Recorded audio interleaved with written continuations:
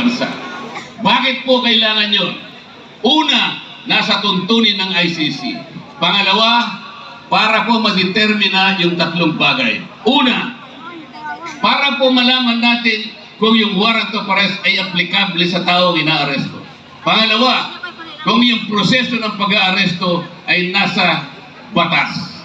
Pangatlo, para ma-determine natin kung yung karapatan ng inaresto ay nirespeto. Lahat po ng ito ay hindi nangyari. Wala pong demanda kahit isa na isinampa dito sa ating bansa laban kay Pangulong Duterte. Wala po.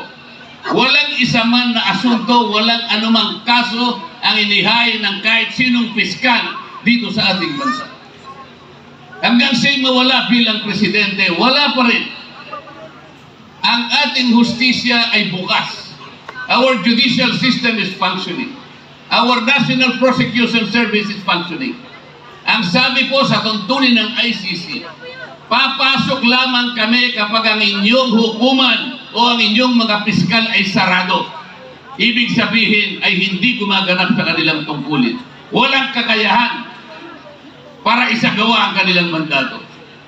Isang sampal na malaki po sa ating judicial system ang ginawa nila. Kung nagkasalaman ang dating Pangulo, bakit hindi mo siya asuntuhin dito sa mismong bansa? Bukas ang ating mga hustisya.